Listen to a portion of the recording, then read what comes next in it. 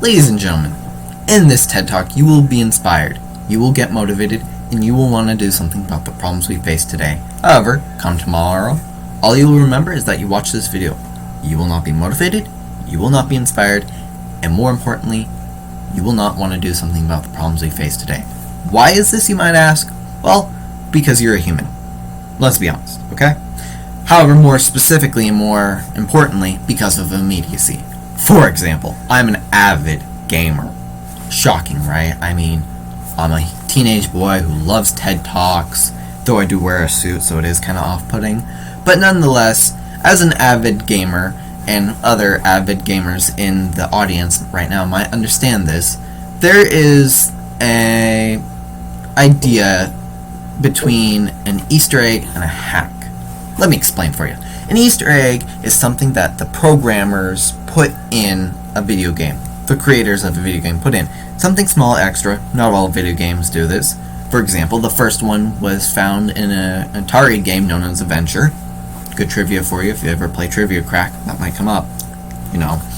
However, a hack, on the other hand, is something where the people can go in and change a video game's code. For instance, they might add something in or take something out to get a different result of the video game.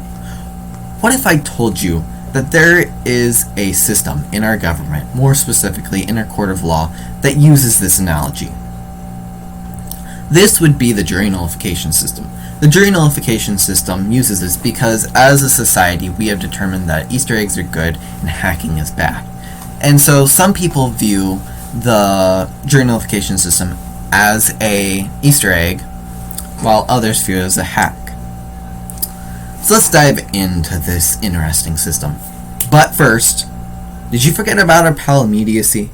If you did, then don't worry, you'll fall victim to it many times. Not to worry also, it's not as harsh as it sounds, but it's a psychological aspect. So let's dive into immediacy and its effects with and for the jury nullification system. Before we can go into the important problems and solutions I have and other people have discussed for this system, we first have to understand all the key significant facts and details about this. Raise your hand if you've ever heard of this abstract system known as the jury nullification system. Okay, yeah, I see a few of you have seen it, okay, or heard of it. Okay, for those of you who don't understand or don't remember, let me refresh and explain for you. The jury nullification system was created in the 18th century when we broke away from Britain. It was created by our founding fathers so that we the people do not feel oppressed by the government. Also is used so that if a defendant in a court case was not found guilty beyond a reasonable doubt, that they shall have the option, the jury, if they're being tried by a jury of their peers, however, that is a key important detail, if they're being tried by a jury of their peers, that the jury has an option to nullify or eradicate the charges the defendant faces. Like the great Benjamin Franklin once said, excuse my bad old English, 100 guilty persons should escape than that one innocent person should suffer. Meaning that it is better to let 100 guilty people go free than what one person suffer. Because that would go against the morals of our system, and that was why the jury nullification system was put in place. Because if there was a lot of evidence, however you can tell that the defendant was not guilty, then you could eradicate him. And it only takes one person to do this. Easy. They can one jury member just goes up and says, I wish to nullify this person. And poof, he gets nullified. For those of you who can read between the lines, you can see a problem with this. Let me spell it out for you. This can be used as a hate crime, a racist crime against people. Because let's say, hypothetically speaking, a black person gets shot by a white male. This person, the white male, goes to jail. Well, not goes to jail, but goes to court for attempted murder. Okay? And because our jury system cannot be excluded by race, sex, or creed, there could be possibly another racist person in there that said, yeah, that man had a right to shoot that black person. You know, somebody like that could be in there. and then he can be slightly smarter and understand our law better, and also he could be in a state that is okay with it, which I'll explain later. But he could say, I wish to nullify this defendant, and boom, that man who shot that black person can go scot-off free. All he has to do is pay his court fines, pay his lawyer, and he goes scot-off free. Nothing on his record, nada, zip, zero. That is wrong.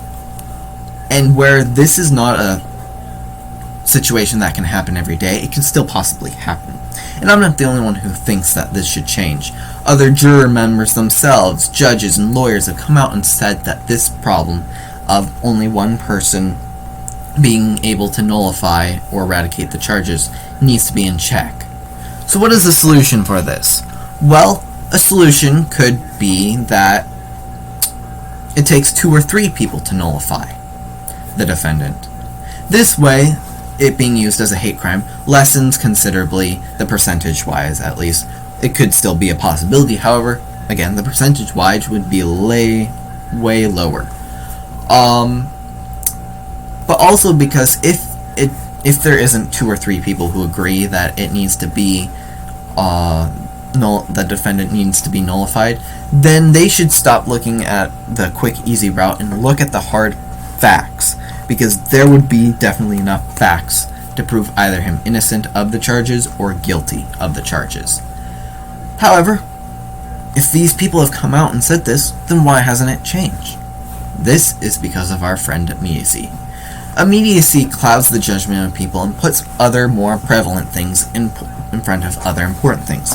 For instance, let's say the juror members that come out and say that the system needs to be in check. They come out in an interview and say, yeah, the system needs to be in check, I didn't agree with it. And so then, what can they do from there, right? It's out of their hands at this point. Because, well, it is, pretty much. So, they don't think about it anymore. They hope it's changed, sure, but they don't think about it. That's also because they have a family to feed. They have people to meet. You know, they have life. They have work. They have stuff to do that is also more important, you know. They haven't seen their wife, their kids, their girlfriend, their dogs, for crying out loud, for a while, because some court cases can last a couple of weeks even. And so they want to enjoy that time. And then, poof, next thing you know, it's been a couple of years, and then you just realize it, and it dawns on you. Oh. That is what Immediacy can do. A second problem, or more specifically a second thing that I would like to talk about, is that the fact that not all of our states in courtrooms in our states support this notion of the jury nullification system. Like I was saying, some of them view it as a hack or a negative, because sometimes it could be, sure, like the hate crime. However, I feel that instead it should be nationwide that we all use this power. That can be iron-bound in unity. Because of this, it helps unify our nation better, and because it would lessen the amount of court practice law you have to do and all the tests and stuff you have to do to say you can, you know, practice law in here. One less questions off or question off that test, or to be certified.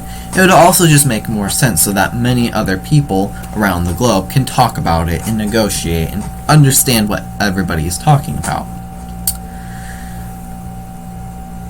So please, get inspired by this TED Talk. Talk about it with your family, your friends, your loved ones, your dog, for crying out loud. Bring light to this darkness. The future of this system, and the future of your children and how they affect around this system of the jury nullification, is in your hands. Thank you.